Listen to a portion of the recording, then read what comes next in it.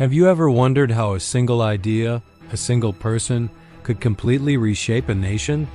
How faith could topple a king and build a new world in its place? Today, we read diving deep into one of the most transformative events of the 20th century, the Iranian Revolution of 1979. This isn't just a story about politics. It's a story about how religion became the most powerful political force in a country, changing its destiny forever. Let's rewind to the 1970s. Iran, under Shah Mohammad Reza Pahlavi, was a land of stark contrasts. On one hand, you had the glittering world of the elite in Tehran. They lived a life of opulence, embracing Western culture, fashion, and parties. The Shah was a key ally of the United States, and his White Revolution aimed to modernize the country at a rapid pace. He built dams, roads, and factories, and pushed for social reforms like women's right to vote. From the outside, it looked like progress. But beneath this glossy surface, a different reality was brewing. For millions of ordinary Iranians, this westernization felt like an attack on their traditional values and Islamic faith. The promised prosperity never reached them. Instead, they saw vast oil wealth being squandered by a corrupt elite while they struggled with poverty and social injustice. The gap between the rich and the poor was a chasm, and discontent was simmering. And in the shadows, a powerful figure was waiting. Ayatollah Ruhollah Khomeini. He was a respected religious scholar who had been exiled by the Shah back in 1964 for his fiery opposition to the regime. From his exile, first in Turkey, then in Iraq, and finally in France, Khomeini's message resonated with the disillusioned masses. He spoke of social justice, independence from foreign powers, and a return to Islamic principles. His sermons and writings were smuggled into Iran on cassette tapes, spreading his influence like wildfire. He became the voice for the voiceless, a symbol of resistance against a monarchy they saw as tyrannical and out of touch. The stage was set for a confrontation that would shake the world. The first major spark in the tinderbox of Iranian discontent came in late 1977. Mustafa Khomeini, the Ayatollah's eldest son, died suddenly in Najaf, Iraq. The official cause was a heart attack, but many Iranians didn't believe it. Rumors swirled that he had been murdered by the Shah's notorious secret police, the Savak. The Savak was feared throughout Iran for its brutal methods of torture and repression.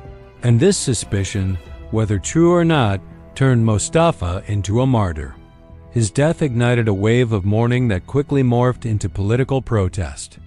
Then, in January 1978, a government-controlled newspaper published an article that personally attacked Ayatollah Khomeini, calling him a reactionary and an agent of foreign powers. This was a grave insult to a deeply respected religious figure. In the holy city of Qom, seminary students took to the streets in protest. The Shah's security forces responded with lethal force, and several students were killed. This was a critical turning point. In Shia Islam, there's a tradition of holding memorial services 40 days after a person's death. So 40 days after the Qom massacre, memorial protests were held in the city of Tabriz. Once again, security forces opened fire, killing more protesters. And so, a deadly cycle began. Every 40 days, new protests would erupt across the country to mourn the dead from the previous cycle, leading to more deaths and fueling even larger demonstrations. This 40-day cycle of mourning and protest became the engine of the revolution, spreading from city to city, drawing in more and more people from all walks of life: students, merchants, workers, and intellectuals. The Shah and his government were caught off guard. They alternated between offering minor concessions and unleashing brutal force, but neither strategy worked. The protests only grew larger and more defiant. The climax of this brutality came on September 8, 1978. Thousands of protesters gathered in Yala Square in Tehran, defying a newly declared martial law. The Shah's troops, some positioned on rooftops, opened fire on the unarmed crowd. The exact number of casualties is debated, but hundreds were killed in what became known as Black Friday. The massacre shattered any hope of reconciliation. After Black Friday, the protesters' chants changed from death to the dictator to death to the Shah. The revolution had crossed a point of no return. As 1978 drew to a close, the cycle of protests had grown into a tidal wave of popular opposition. In December, during the holy month of Muharram, millions of Iranians, some reports say over 10% of the entire population, took to the streets in massive coordinated demonstrations across the country. These were some of the largest protests in human history. The message was unified and deafening: the Shah must go. Simultaneously, a series of nationwide strikes brought the country to a standstill. Oil workers, the lifeblood of the Iranian economy, walked off the job. Banks, government offices, factories, and bazaars all shut down. The economy was paralyzed. The Shah's regime, once seen as an unshakable pillar of stability in the Middle East, was crumbling from within. His military, despite being one of the most powerful in the region, was beginning to show cracks. Soldiers were deserting or refusing to fire on their own people. The foundations of his power were eroding day by day. In a last-ditch effort to save his throne, the Shah tried to appease the opposition. He appointed Shapur Bakhshar, a longtime moderate critic of his rule, as the new prime minister. Bakhshar promised to dissolve the Savak, free political prisoners, and restore civil liberties. But it was too little, too late. For Ayatollah Khomeini and his millions of followers, there was no room for compromise. They rejected Bakhshar's government, calling him a traitor for collaborating with the Shah. Realizing his reign was over and his presence was only inflaming the situation, the Shah made his final move. On January 16, 1979, after months of turmoil, Mohammad Reza Pahlavi, the last king of Iran, boarded a plane and flew into exile, never to return. As the news broke, celebrations erupted across Iran. People danced in the streets, tore down statues of the Shah, and honked their car horns. It was a moment of pure euphoria. But with the king gone, a massive power vacuum was left behind.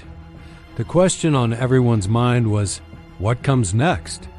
With the Shah gone, the path was clear for the revolution's leader. On February 1, 1979, after 14 years in exile, Ayatollah Khamenei returned to Iran. His arrival was a moment of incredible spectacle. Millions of people flooded the streets of Tehran, lining the route from the airport to the city's main cemetery, Beheshti Zahra, where he gave his first speech on Iranian soil. It was one of the largest welcoming crowds in history, a powerful demonstration of his immense popularity and moral authority.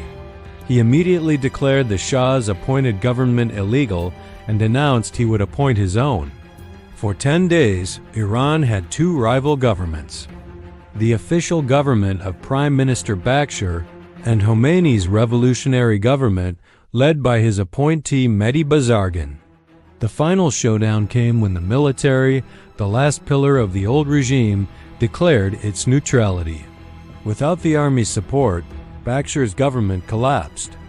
On February 11, 1979, the revolution was victorious. Now, the task was to build a new state from the ashes of the old one. Khomeini moved quickly to consolidate power. In late March 1979, a national referendum was held. The question was simple and stark. Should the monarchy be replaced by an Islamic republic? There was little room for nuance. The vote was a resounding yes. According to official figures, over 98% of voters approved the change. On April 1, 1979, Khomeini declared the birth of the Islamic Republic of Iran. The next step was to write a new constitution. This process revealed the deep divisions within the revolutionary coalition. Secularists and leftists who had marched alongside Islamists against the Shah now found themselves sidelined. The new constitution, approved by another referendum in December, created a unique political structure. It established a system based on Khomeini's concept of vilayat-e-faqih, or guardianship of the Islamic jurist.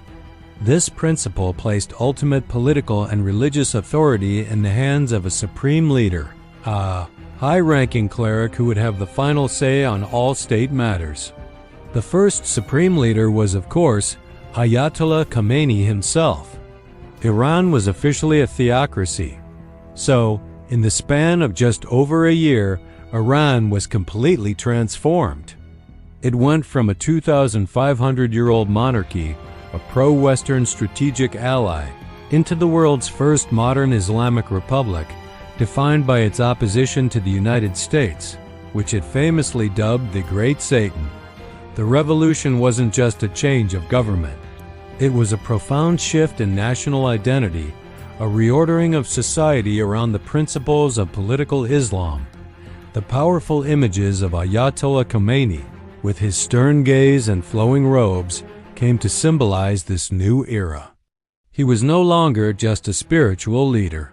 He was the architect and supreme authority of a new state, one where the mosque and the government were fused together.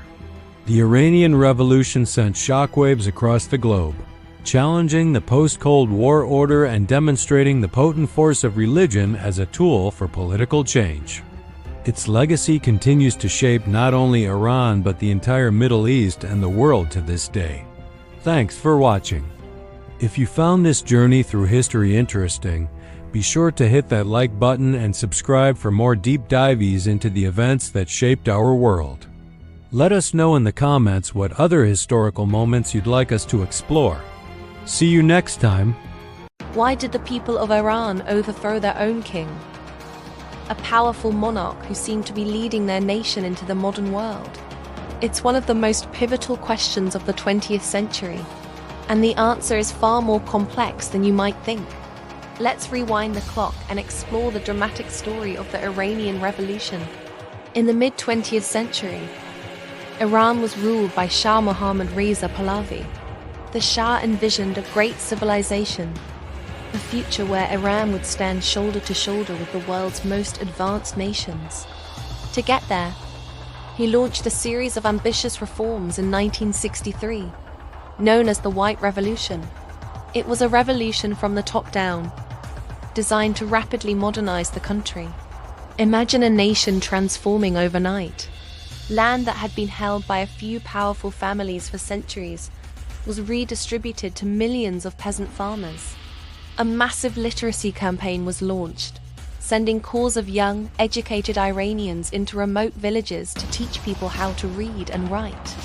Perhaps most dramatically, the status of women changed profoundly. They gained the right to vote, the right to run for office, and access to education and jobs like never before.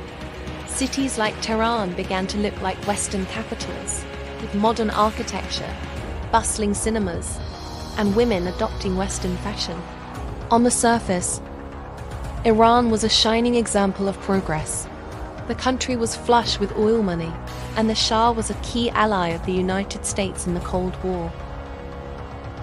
He built a formidable military, one of the most powerful in the Middle East. It seemed like nothing could stop Iran's march toward a Western-style future.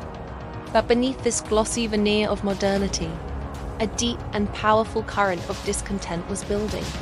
The problem was that the benefits of this new Iran were not shared equally. While a small, westernized elite connected to the royal court and foreign businesses became fantastically wealthy, a huge portion of the population was left behind. Millions of people who had migrated from villages to cities in search of a better life found themselves stuck in sprawling, impoverished slums, struggling to make ends meet as inflation soared. The culture was also changing at a speed that felt alienating to many. The traditional religious fabric of society felt threatened by the influx of Western movies, music, and social norms. To many devout Iranians, it looked like their identity was being erased. And then there was the extravagance of the Shah's regime. But the most significant factor was the iron fist with which the Shah ruled.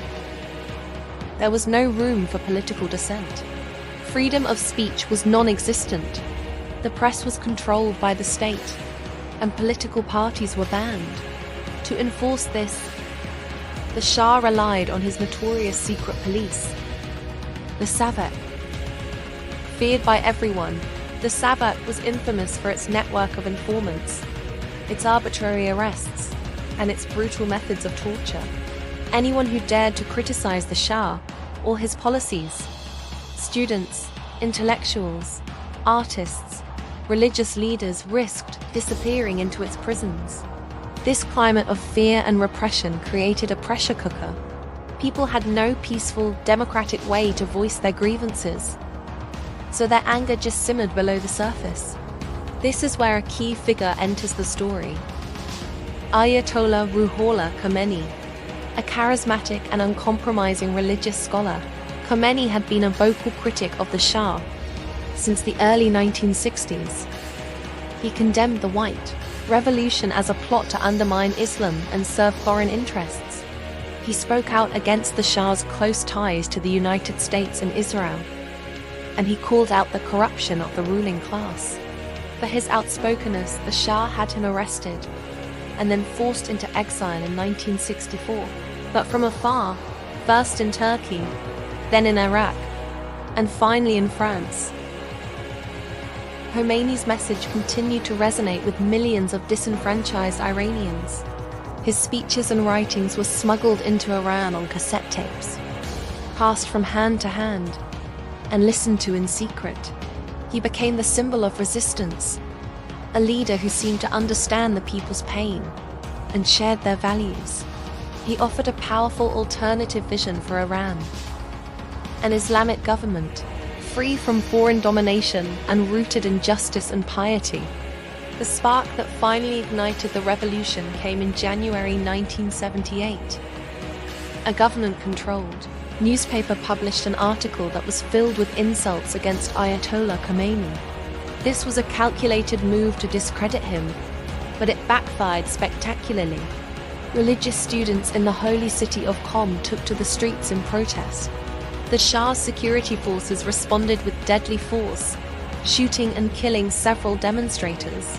This act of violence set off a chain reaction that would prove unstoppable. In Shia Islam, there is a tradition of holding memorial services for the dead on the 40th day after their passing. So, 40 days after the Qom massacre, memorial protests were held in the city of Tabriz. Once again, the security forces opened fire, killing more people, and 40 days after that, more memorial services turned into even larger protests in other cities. And so it went, a tragic 40-day cycle of mourning and rage. Each crackdown only created more martyrs, fueling more anger and inspiring larger and larger crowds to join the next wave of demonstrations. What started as a protest by religious students quickly grew into a massive nationwide movement. It was a remarkably diverse coalition. It included the secular, middle-class intellectuals and students who demanded democracy and human rights. It included merchants from the bazaars who were frustrated with economic policies that favored big corporations. It included left-wing political groups who have been repressed for decades. And, of course, it included the vast masses of religious and traditional Iranians who were galvanized by Khomeini's leadership, united by their shared hatred of the Shah. These disparate groups all marched together, chanting the same slogans: "Death to the Shah" and "Independence, Freedom, Islamic Republic." Throughout 1978, the country spiraled out of control. Massive labor strikes paralyzed the economy, most critically in the all-important oil industry. The Shah seemed incapable of handling the crisis. He vacillated between making small concessions, like promising free elections, and ordering brutal crackdowns. In September 1978, on a day that would become known as Black Friday, the military fired on a huge crowd of protesters in Tehran's Yale Square, killing hundreds. This massacre destroyed any remaining hope for a peaceful compromise. The people now wanted more than just reform. They wanted the Shah gone. By the end of the year, millions of people were participating in street demonstrations. The military, composed of conscripts who were a part of the very society they were being ordered to suppress, began to crumble. Soldiers started to desert or even join the protesters. The Shah, who was also secretly battling cancer, realized his time was up. His American allies, who had supported him for decades, now saw him as a lost cause. He had lost control of the streets, the economy, and his own military. On January 16, 1979, looking defeated and weary, Shah Mohammad Reza Pahlavi boarded a plane and flew out of Iran, never to return. He left a caretaker government in charge, but everyone knew who held the real power. The news of his departure sent waves of euphoria across the country. Just 2 weeks later, on February 1st, Ayatollah Khomeini made his triumphant return from exile. Millions of people flooded the streets of Tehran to welcome him, a human sea of celebration and hope. It was the climax of the revolution. The old order had been shattered. In the chaotic months that followed, the diverse coalition that had overthrown the Shah quickly fractured, and Khomeini and his clerical supporters consolidated their power. By the end of the year, a national referendum was held, and the Iranian people voted overwhelmingly to abolish the monarchy and establish the Islamic Republic of Iran. A new, complex, and challenging chapter in Iran's long history had begun. So, the overthrow of the Shah wasn't just a single event, but the culmination of years of deep-seated grievances. It was a rebellion against economic inequality, against the loss of cultural identity, and most importantly, against a brutal dictatorship that denied its people a voice.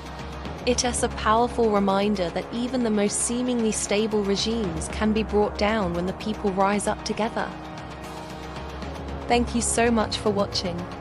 If you found this dive into history interesting, please hit that like button and subscribe for more stories that explain our world. Let us know in the comments what other historical events you'd like us to cover. See you in the next video. Have you ever wondered who really controls Iran? The answer is more complex than you might think. It's not just the president you see on the news. Let us dive deep into the intricate power structure of the Islamic Republic of Iran and find out who truly holds the reins. At the very top of this pyramid is the Supreme Leader. This is the most powerful position in the entire country. Think of the Supreme Leader as the ultimate authority, with the final say on all major state matters. This isn't just a ceremonial title. It comes with immense, tangible power. The Supreme Leader is the Commander-in-Chief of the Armed Forces, including the powerful Islamic Revolutionary Guard Corps, or IRGC, which we'll talk more about later. He also controls the judiciary, appointing the head of the entire court system. Furthermore, he oversees state-run media, which means he has significant influence over the information that reaches the public. This centralized control over the military, the courts, and the media gives the Supreme Leader an unparalleled level of authority that shapes every aspect of Iranian life and policy, both domestic and foreign. The current Supreme Leader, Ayatollah Ali Khamenei, has held this position since 1989, making him one of the longest-serving leaders in the Middle East. His decisions are binding and can override any law passed by parliament or any action taken by the president. So, if the Supreme Leader has so much power, what about elections? Iran does hold elections for president and parliament, but there's a major catch. This is where a body called the Guardian Council comes into play. The Guardian Council is a group of 12 members, 6 of whom are clerics appointed directly by the Supreme Leader, and the other 6 are jurists nominated by the judiciary, which, remember, is also influenced by the Supreme Leader, and then approved by the parliament. This council has one of the most critical jobs in the Iranian political system, vetting all candidates for any national election. This means before anyone can even run for president, parliament, or even the assembly of experts, they must be approved by the Guardian Council. The council examines candidates based on their loyalty to the principles of the Islamic Republic. In practice, this process often disqualifies reformist or moderate candidates, ensuring that only those aligned with the ruling establishment can stand for office. This effectively controls the outcome of elections before a single vote is even cast, shaping the political landscape and limiting the choices available to the Iranian people. It's a powerful gatekeeping mechanism that preserves the system's core ideology. Now, let's talk about another crucial institution, the Assembly of Experts. This is an 88-member body of Islamic scholars who are elected by the public for 8-year terms. However, just like all other candidates, they must first be vetted by the Guardian Council. The Assembly of Experts has one incredibly important and unique responsibility. They are tasked with appointing, supervising, and if necessary, even dismissing the Supreme Leader. In theory, this makes them the only body that can hold the Supreme Leader accountable. However, in reality, the Assembly has always acted in support of the sitting Supreme Leader. Since its members are heavily screened for their loyalty, it's rare for any significant dissent to emerge from this group. The process for selecting the next Supreme Leader is conducted in secret, and the Assembly's choice is final. When the first Supreme Leader, Ayatollah Khomeini, passed away in 1989, it was the Assembly of Experts that chose Ayatollah Khamenei as his successor. This institution, therefore, plays a pivotal role in ensuring the continuity of the clerical establishment's power from one generation to the next. This brings us to the role of the president. The president of Iran is the head of the government, elected by popular vote every 4 years for a maximum of 2 consecutive terms. He's responsible for the day-to-day running of the country, managing the economy, and handling foreign policy on a practical level. When you see an Iranian official meeting with other world leaders, it's usually the president or his foreign minister. However, the president's power is significantly limited. While he manages the administration and proposes the national budget, he operates under the shadow of the Supreme Leader. All major policy decisions, especially concerning national security, defense, and key foreign relations, require the Supreme Leader's approval. The president does not control the armed forces, the judiciary, or the state media. This creates a dual power structure where the elected president, who is accountable to the voters, must constantly navigate the directives of the unelected Supreme Leader, who holds the ultimate power. This can lead to tension and power struggles between the president's administration and the more hardline, unelected centers of power, especially if the president has a more reformist agenda. Beyond the formal government structure, there's another major power player we need to discuss: the Islamic Revolutionary Guard Corps, or IRGC.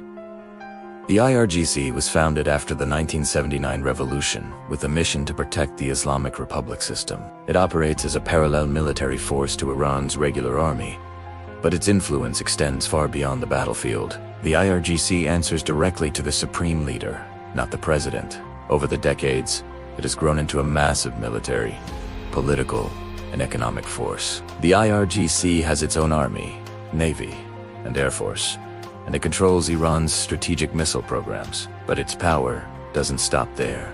The IRGC has a vast network of business interests, controlling huge parts of Iran's economy, from construction and telecommunications to oil and gas. Its business wing has won major government contracts, making it a dominant economic player. This economic power translates directly into political influence. Many former IRGC commanders have gone on to hold high-ranking positions in the government and parliament. This deep integration into the state's fabric makes the IRGC one of the most powerful and influential institutions in Iran, fiercely loyal to the Supreme Leader and dedicated to preserving the current system. So, to wrap it all up, who really controls Iran? It's a complex, layered system designed to concentrate power in the hands of a few. At the very top is the Supreme Leader, the ultimate arbiter with final say over everything. Supporting him are powerful, unelected bodies like the Guardian Council, which controls who can even participate in politics, and the Assembly of Experts, which ensures leadership continuity. The elected president and parliament have roles to play in governing the country, but their power is heavily constrained by this overarching structure. And weaving through all of this is the IRGC, a state within a state, with immense military, economic, and political influence, all dedicated to protecting the system and the authority of the Supreme Leader. It's a hybrid system, blending elements of a theocracy with aspects of a republic, but one where the unelected, clerical institutions ultimately hold the true power. Understanding this structure is key to understanding Iran's politics, its society, and its place in the world. Thank you so much for watching. If you found this explanation helpful, please give this video a thumbs up and consider subscribing to our channel for more deep dives into complex topics from around the globe. Let us know in the comments what you think or what other political systems you'd like us to explore next. See you in the next video. He is the man who has ruled Iran for decades, a figure of immense power and controversy who has shaped the destiny of a nation and the geopolitics of an entire region. His name is Ali Khamenei, and this is the story of how he rose from a revolutionary cleric to become one of the world's longest-serving leaders. To understand his journey, we must first return to the tumultuous days of post-revolutionary Iran, the 1980s. Iran was a nation forged in the fires of revolution and embroiled in a brutal, protracted war with Iraq. The air was thick with revolutionary fervor, religious zeal, and the constant threat of both internal and external enemies. In this chaotic landscape, a cleric named Ali Khamenei was steadily ascending the ranks. He had been a key disciple of the revolution's leader, Ayatollah Khomeini, since the 1960s, enduring imprisonment and exile under the Shah's regime. After the 1979 revolution, he became a prominent figure in the new Islamic Republic. He was appointed Tehran's Friday prayer leader, a highly influential position, and co-founded the Islamic Republican Party. His profile grew even more when he was elected president in 1981. But his presidency was immediately marked by violence. Just months into his term, an assassination attempt during a press conference left him with a permanently paralyzed right arm. A bomb concealed in a tape recorder exploded in front of him. This event, which he survived while others did not, was portrayed as a sign of divine protection, further cementing his status within the revolutionary elite. Throughout his 8 years as president, a role that was then secondary to the Supreme Leader, Khomeini was a constant presence at the forefront of the war effort against Iraq and a key voice in the government. He navigated the complex and often ruthless internal politics of the new republic, solidifying his credentials as a loyal and capable leader. The real turning point, however, came in 1989. Ayatollah Khomeini, the charismatic founder of the Islamic Republic, passed away. His death left a massive power vacuum. The nation mourned, and the world watched, wondering who could possibly fill his shoes. The Assembly of Experts, the clerical body responsible for choosing the next supreme leader, convened in a session shrouded in uncertainty. Initially, a leadership council was proposed, but in a dramatic and now famous session, a video of which would later surface, Khomeini, then only 49, was nominated. Despite his own initial protests and perceived lack of senior clerical credentials at the time, he was elected as the second supreme leader of Iran. It was a decision that would profoundly alter the course of the nation for the next 30-plus years. With the mantle of supreme leader, Khomeini inherited ultimate authority over every branch of the Iranian state, the government, the judiciary, and, most critically, the military. It was from this position that he began to meticulously expand Iran's influence far beyond its borders, creating what is now known as the Axis of Resistance. Imagine a map of the Middle East. From Tehran, lines of influence began to extend westward to Iraq, where post-Saddam chaos allowed for the cultivation of powerful Shia militias, to Syria, where Iran's support for Bashar al-Assad's government during the civil war was again, to Lebanon, where Hezbollah, a Shia political and militant group, became a formidable proxy force, and to Yemen, where support for the Houthi movement has mired a regional rival, Saudi Arabia, in a costly conflict. This network of allies and proxies allows Iran to project power across the region, challenging its adversaries like the United States, Israel, and Saudi Arabia, often through asymmetric warfare. At the heart of this military and strategic projection is the Islamic Revolutionary Guard Corps, or the IRGC. Established after the revolution as a defender of the new system, the IRGC evolved under Khomeini into a powerful military, political, and economic force. It's an institution that operates parallel to the regular army, with its own ground forces, navy, and air force. Its elite overseas operations unit, the Quds Force, has been the primary architect of Iran's regional strategy, training, funding, and advising proxy forces across the Middle East. Under Khomeini's direct command, the IRGC has become the vanguard of Iran's foreign policy and a symbol of its military might. Through strategic interventions and the cultivation of this regional network, Khomeini has ensured that Iran is an indispensable and often disruptive player in the complex chessboard of Middle Eastern politics. But his reign hasn't just been defined by regional power plays. One of the most contentious and enduring issues of his leadership has been Iran's nuclear program. Deep within fortified facilities like Natanz and Fordo, Iranian scientists have pushed the boundaries of nuclear technology. The official line has always been that the program is for purely peaceful energy purposes. However, the international community, particularly Western powers and Israel, has long suspected that the ultimate goal is the development of a nuclear weapon, a breakout capability that would fundamentally alter the balance of power in the region. This suspicion has led to decades of high-stakes global diplomacy.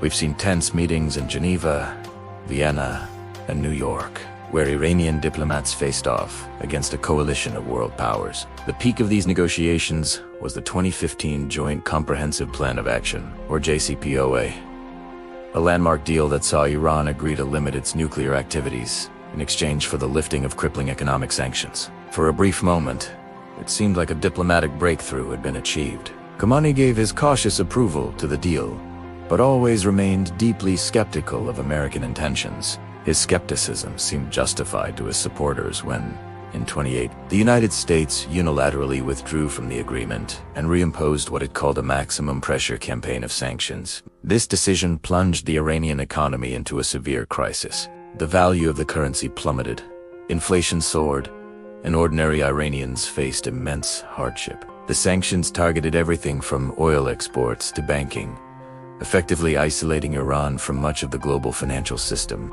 In response, Iran began to progressively breach the limits set by the 2015 deal, enriching uranium to higher levels and complicating any future return to diplomacy. For Khomeini, this standoff became a defining struggle, pitting his vision of a resilient, self-sufficient Iran against the immense pressure of the global powers. While Khomeini has projected an image of strength abroad, his rule at home has been a constant struggle to maintain control. For decades, he has presided over a system that tightly manages the political and social lives of its citizens, a guardian council whose key members are influenced by the Supreme Leader, vets all candidates for elected office, ensuring that only those loyal to the system can run. Social freedoms are heavily restricted, with morality police enforcing strict dress codes for women and a tight grip on media and the internet. This rigid control has often boiled over into widespread public anger. The history of Khomeini's Iran is punctuated by massive protests. In 2009, the Green Movement saw millions take to the streets to protest the disputed re-election of President Mohammed. In the largest demonstrations since the 1979 revolution, the government response was swift and brutal, crushing the movement with force. A decade later, in 2019, a sudden hike in fuel prices triggered another wave of nationwide protests, which were met with an even deadlier crackdown. And most recently, in 2022, the death of Mahsa Amini in the custody of the morality police ignited the woman, life, freedom movement. Tis Uppersin, led by women and young people, posed one of the most significant challenges to the Islamic Republic's authority to date. Protesters demanded not just social reform, but fundamental regime change. Once again, the state responded with overwhelming force, arresting thousands and suppressing the demonstrations. Through it all, Khomeini has remained steadfast, often blaming the unrest on foreign enemies seeking to destabilize Iran. As he advances in age, the question of his legacy looms large. For his supporters, he is a pious and steadfast leader who has defended Iran's independence against foreign aggression, preserved the revolutionary ideals, and made Iran a formidable regional power. They see him as a bulwark against Western cultural and political influence. For his detractors and the millions who have protested his rule, he is an autocrat who has overseen decades of political repression, economic mismanagement, and international isolation. They see a leader who has prioritized regional ambitions and ideological purity over the well-being and freedom of his own people. Ali Khamenei's story is the story of modern Iran, a complex and often contradictory narrative of revolution, resistance, power, and survival. His decades at the helm have left an indelible mark on his nation and the world. The Iran he will one day leave behind is a regional powerhouse, but also a deeply divided society facing immense challenges. His long and complex legacy will be debated for generations to come, a testament to the profound impact of the man who ruled Iran. Thank you so much for watching. If you found this deep dive interesting, be sure to like this video and subscribe to our channel for more content that explores the figures and forces shaping our world. Let us know your thoughts in the comments below. We'll see you in the next one.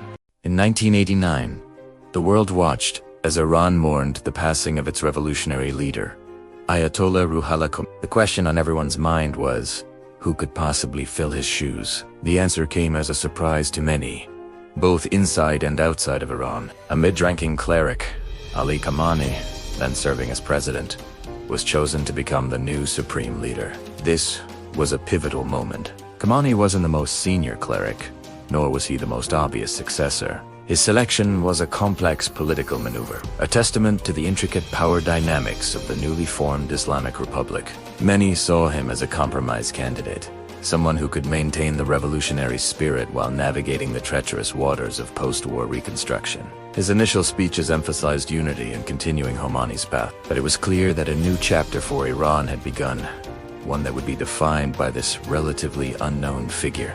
Over the next 3 decades, he would consolidate his power, shaping not just Iran's domestic policies, but also its role on the world stage, proving to be a far more influential and enduring leader than anyone had anticipated. One of the defining features of Khomeini's leadership has been the dramatic expansion of Iran's military capabilities and its regional influence. Central to this strategy is the Islamic Revolutionary Guard Corps, or IRGC. Under Khomeini, the IRGC evolved from a domestic security force into a powerful military, economic, and political entity. It's not just a conventional army. Its influence extends far beyond Iran's borders. The Quds Force, the IRGC's elite overseas operations arm, became a key instrument of Iranian foreign policy. This is the force that has projected Iran's power across the Middle East.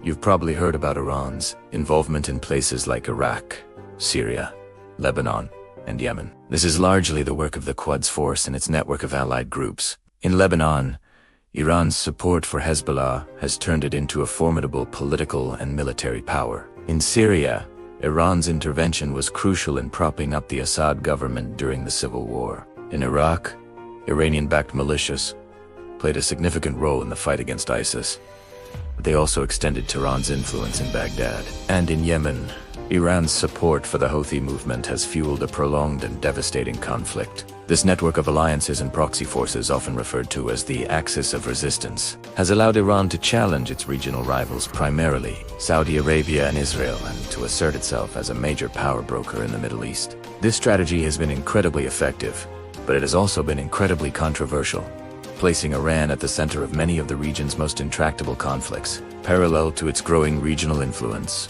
another issue has consistently kept Iran in the international spotlight: its nuclear program. This has been a source of major tension with the West for decades. Iran has always maintained that its nuclear activities are for peaceful purposes, like generating electricity and for medical research.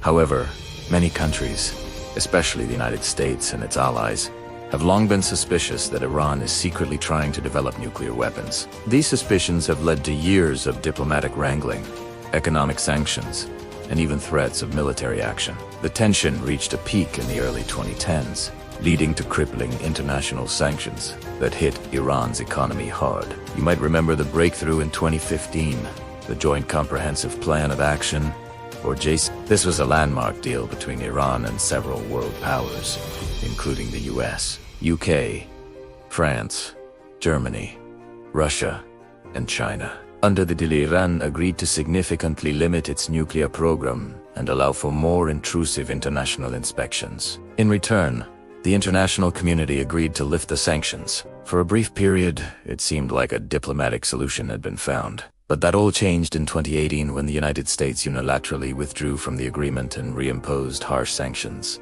In response, Iran began to gradually roll back its commitments under the deal, enriching uranium to higher levels, and reducing cooperation with international inspectors. This has once again raised alarms about the possibility of an Iranian nuclear weapon, creating a new cycle of tension and uncertainty. The future of the nuclear program remains one of the most critical and unresolved issues of Khomeini's era, with the potential to reshape the security landscape of the entire world.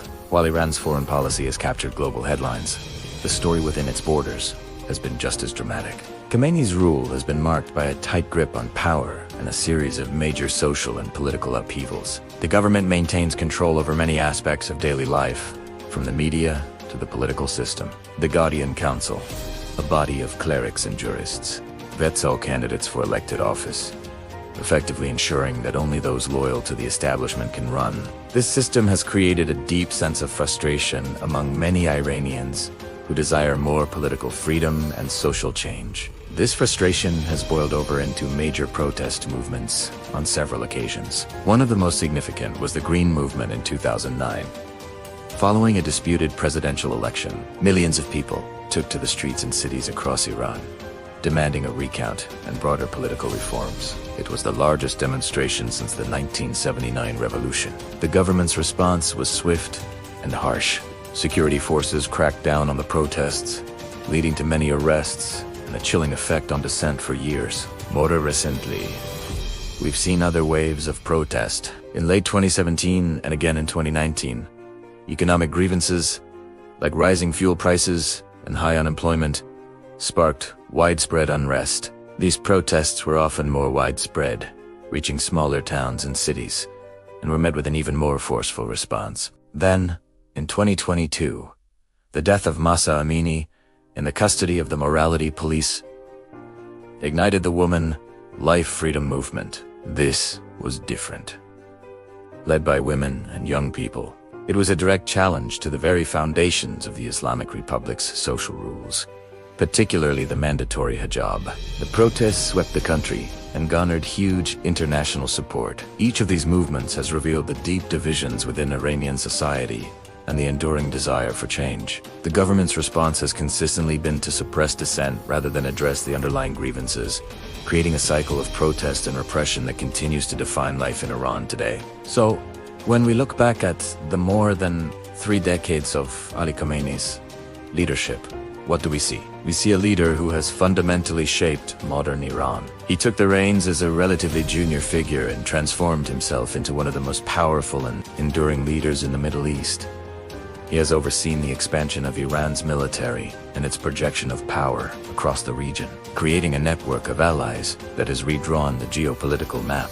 He has navigated the treacherous waters of the nuclear crisis, bringing his country to the brink of both a historic deal and a devastating conflict. And at home, he has presided over a system that has maintained tight control while facing down some of the most significant protest movements in the nation's history.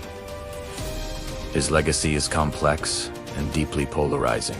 To his supporters, he is a steadfast guardian of the revolution, a bulwark against foreign interference, who has made Iran a proud and independent power.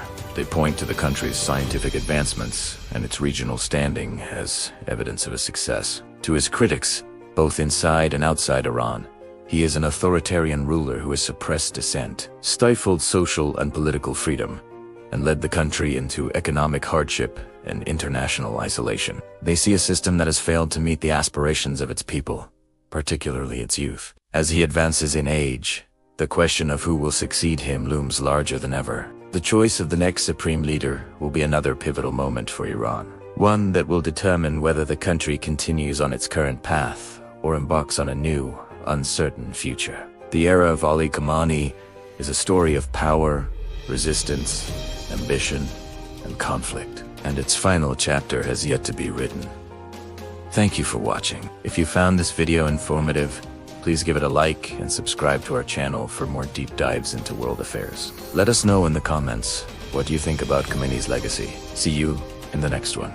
Who will control Iran now? It's a question that looms large over the Middle East and the world. For over 3 decades, one man has held the ultimate authority: Supreme Leader Ali Khamenei. But he's now in his mid-80s, and the question of who comes next is no longer theoretical. The answer isn't simple, and it reveals a complex web of official processes and hidden power plays. Let's start with the official rulebook. According to Iran's constitution, the responsibility for choosing the next supreme leader falls to a body known as the Assembly of Experts. This is a group of 88 Islamic jurists who are elected by the public every 8 years. Their sole and most critical constitutional duty is to identify and appoint the most qualified person to lead the nation. In theory, they deliberate, they debate, and they select the successor. It sounds straightforward, a clear line of succession laid out in law. But what happens in the immediate aftermath, in the moments and days after the leader's death, before the assembly can convene and decide? This is where the interim plan kicks in. The Constitution has a provision for this critical transition period. The moment the supreme leader's position becomes vacant, a temporary provisional leadership council is automatically formed to manage the country's affairs. This council is a triumvirate of power, consisting of 3 key figures: the current president, the head of the judiciary, also known as the Chief Justice, and 1 cleric from the Guardian Council chosen by another powerful body, the Expediency Council. This trio is meant to ensure stability and prevent a power vacuum while the Assembly of Experts goes through its selection process.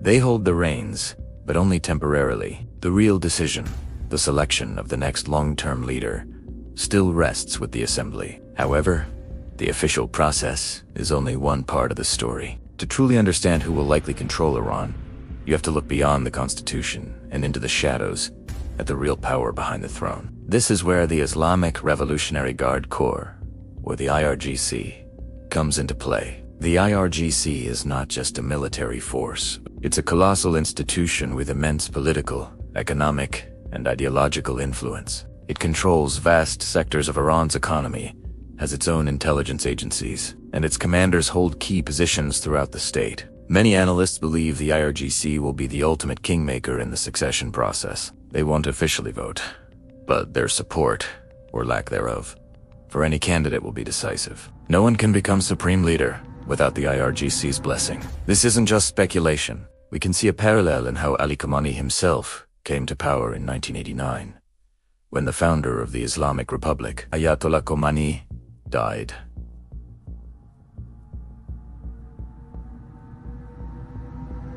Khomeini was a relatively mid-ranking cleric. He wasn't seen as the obvious successor, but he had cultivated strong ties with the IRGC.